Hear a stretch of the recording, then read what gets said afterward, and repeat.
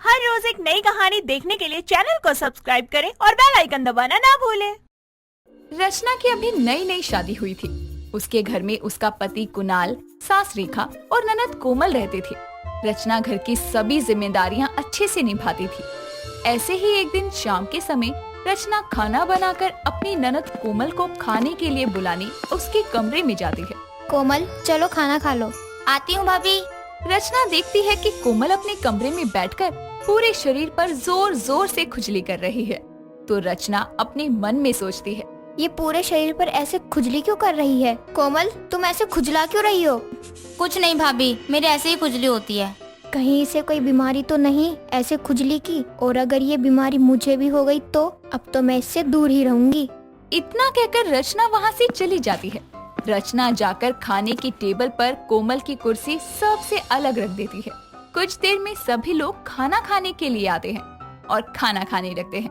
तभी रचना की सास रेखा कोमल की कुर्सी को सबसे अलग रखा देखकर कहती है, अरे कोमल, आज तो ये सबसे अलग क्यों बैठी है?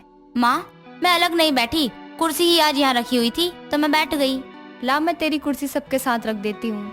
अरे ये माँ जी भी ना, लगता है इन्हें पता नहीं है कोमल की खुजली वाली बीमारी के बारे में। रचना अभी भी कोमल से दूर ही बैठती है। अब सब लोग खाना खाकर अपने कमरों में चले जाते हैं। रचना अपने कमरे में जाकर देखती है कि उसका पति बिस्तर पर लेटा हुआ है। तो वो अपने पति कुणाल से कहती है, कुणाल जी, आप कहीं और जाकर सोइए। क्यों, क्या हो गया रचना? कहीं आपको भी अपनी बहन की तरह खुजली वाली बीमारी ना हो। ये तुम क्या कह रही हो? मुझे क्यों खुजली की बीमारी होगी? रचना कुणाल को धक्का देते हुए कहती है, मुझे नहीं पता, बस आप कहीं और जाकर सोइए। अच्छा ठीक है, मैं कहीं और जाके सो जाता हूँ। कुणाल कमरे में ही रखे सोफे पर जाकर सो जाता है। ऐसे ही कुछ दिन बीतते हैं।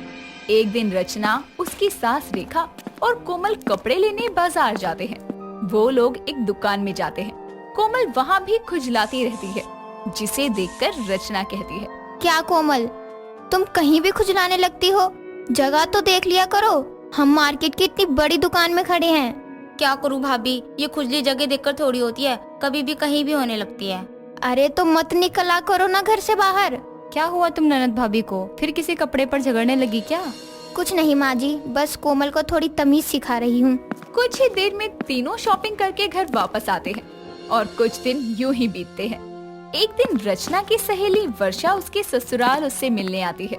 घर की डोरबेल बजाती है, जिस पर रचना दरवाजा खोल कर कहती है, आओ वर्षा, कैसी हो तुम? अरे पहले घर में तो बुलाओ या यही सब कुछ पूछ लोगी?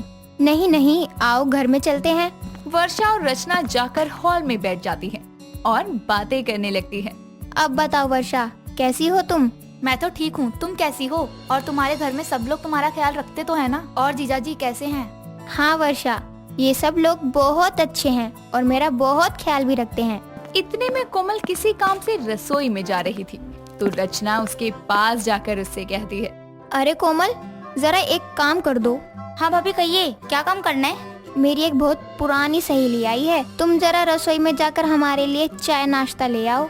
जी भाभी, मैं अभी लेकर आती हूँ। इतना कहकर कोमल चाय बनाने रसोई में जाती है और रचना अपनी सहेली के साथ बैठकर बातें करने लगती है। कुछ देर में कोमल चाय बनाकर ला रही थी कि कोमल के हाथ में चाय की ट्रे होती है और वो दूसरे हाथ से अपने शरीर पर खुजली कर रही थी। ये देखकर रचना की सहेली वर्षा रचना से कहती है, छी, ये तेरी ननद कैसे खुजली कर रही है कुत्ते बिल्लियों की तरह? वो तो हमेशा ऐसे ही खुजली करती रहती है। सच में रचना, तू रह कैसे रही है इसके साथ? मैं तो एक पल ना रहूं और ना ही इसके हाथ का कुछ खाऊं। क्या करूँ यार, मेरे पति की बहन है वो। कहीं से कोई बीमारी तो नहीं ऐसे खुजली करने की? हाँ वर्षा, मुझे भी यही लगता है कि इसे कोई बीमारी है खुजली की। जब देखो तब खुजली करती रहती है। कोमल चाय लाकर टेबल पर रख देती है और कहती है, ये लो भाभी चाय, और कुछ काम हो तो बता देना। इतना कहकर कोमल अपने कमरे में जाती है। तभी वहाँ वर्षा कहती है, छी छी रचना, मैं तो ये चाय नहीं पीऊंगी, तुझे पीनी है तो पी। अरे चाय में थोड़ी ना उसने हाथ लगाया है। कप में तो लगाया है ना, पता नहीं कहीं कप छूते ही मुझे भी खुजली ना होने लगे। वर्षा वो चाय नहीं पीती और रचना से विदा लेते हुए कहती है, अच्छा रचना, अब मैं चलती हूँ। ज्यादा देर तेरे घर में रही तो तेरी ननद की खुजली मुझे भी ना हो जाए।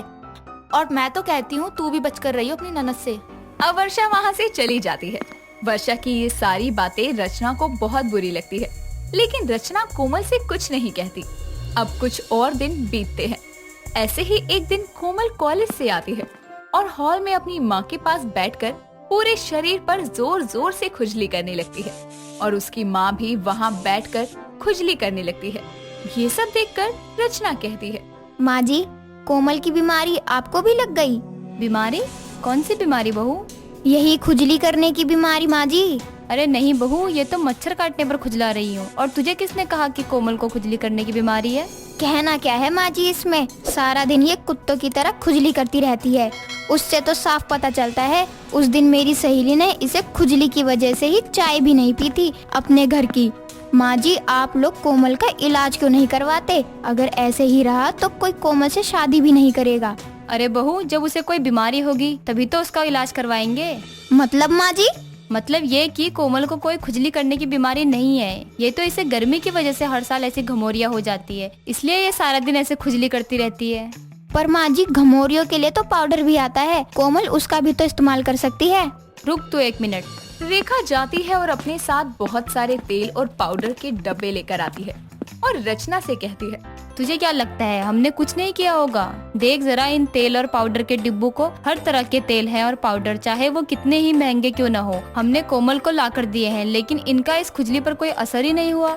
हाँ भाभी, माँ सही कह रही है। अंत में परेशान होकर मैंने कुछ भी इस्तेमाल करना ही छोड़ दिया।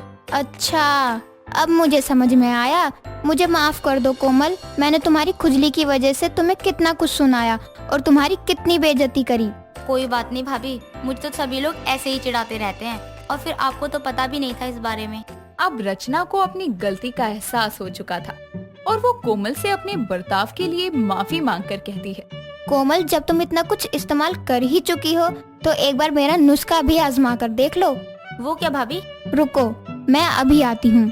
इतना कहकर रचना बाहर से नीम के पत्ते तोड़कर लाती है, जिसे देखकर रेखा कहती है, अरे बहू, तू ये नीम के पत्ते क्यों तोड़ लाई? कहीं तू कोमल को इन पत्तों को खिलाने वाली तो नहीं है ना? नहीं माँ जी, आप थोड़ी देर रुकिए तो। रचना रसोई में जाकर एक बर्तन में पानी गर्म करके लाती है और उस पानी में नीम के पत्ते डाल देती है और कोमल से कहती है, कोमल, अब जाओ और इस नीम के पानी से नहा लो और कुछ दिनों तक इसी तरह नीम के पानी से नहा कर देखो। देसी नुस्खा है, शायद तुम्हारी खुजली पर इसका असर हो। ठीक है भाभी। इतना कहकर कोमल नहाने चली जाती है। कुछ दिनों तक वो ऐसे ही नीम के पानी से नहाती है और कुछ दिनों बाद सच में उसकी खुजली कम होने लगती है। कोमल रचना से कहती है, भाभी, तुमने तो मेरी सालों पुरानी खुजली एक बार में ही खत्म कर दी। जिस खुजली को ठीक करने के लिए मैंने इतने महंगे महंगे तेल और साबुन लगाए, वो तो तुमने फ्री में ही ठीक कर दी। वाह बहू, तूने तो सच में कमाल कर दिया। अब कोमल की खुजली खत्म हो चुकी थी। सब लोग रचना की खूब तारीफ करते हैं और रचना की खुजली करने वाली ननद कोमल अब नॉर्मल हो जाती है। दोस्तों, अगर आपको ये कहानी पसंद आई तो इसे लाइक करें, शेयर करें और कमेंट करके बताएं कि कहानी में आपको सबसे अच्छा क्या लगा।